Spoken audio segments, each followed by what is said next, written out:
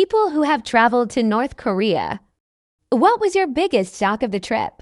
My biggest shock was that no one, even the female translator, seemed to be familiar with tampons. Hey, have security search your luggage.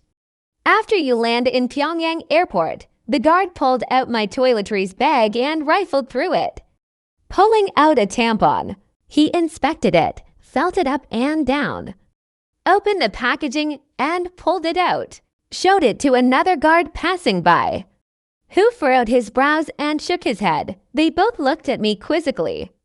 I kind of pointed toward my lower abdomen and made a downward motion with my hands to indicate flow, then said, awkwardly, for women's troubles. He didn't understand me.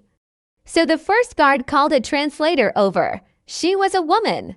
Great, she can handle this, but she didn't recognize it either. Just held it up to me by the cotton side with the string hanging down and politely asked what it was. I said again, it's for, women's troubles.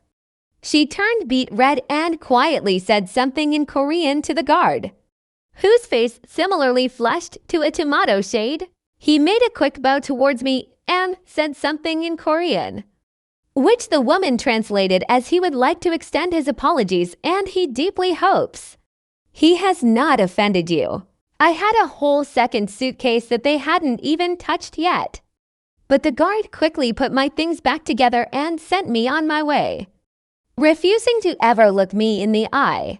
A literal shock was in one of the hotels we stayed at, where we had to wear rubber slippers if you used any of the taps because there was a good chance you got an electric shock from them. I visited a town in the north across the border from China. It was a strange experience. In truth, it felt very theme park-esque in the sense that I was seeing a charade. That was not real life, or I am sure indicative of how North Koreans actually live. Some of the weirdest moments were being taken to a park. All of the water features and lights were turned on as we arrived, and they had people playing games and riding the seesaw in traditional hanboks. But when we left, all of those people filed out after us and the park was locked. We went to a museum, and many of the exhibits were things like a spoon that Kim Il-sung used to taste gochujang. At a local factory, there was one photograph of a famous cultural relic, Sikkiram Grotto, that they said was in a mountain nearby. But I knew it wasn't because I'd visited it in South Korea.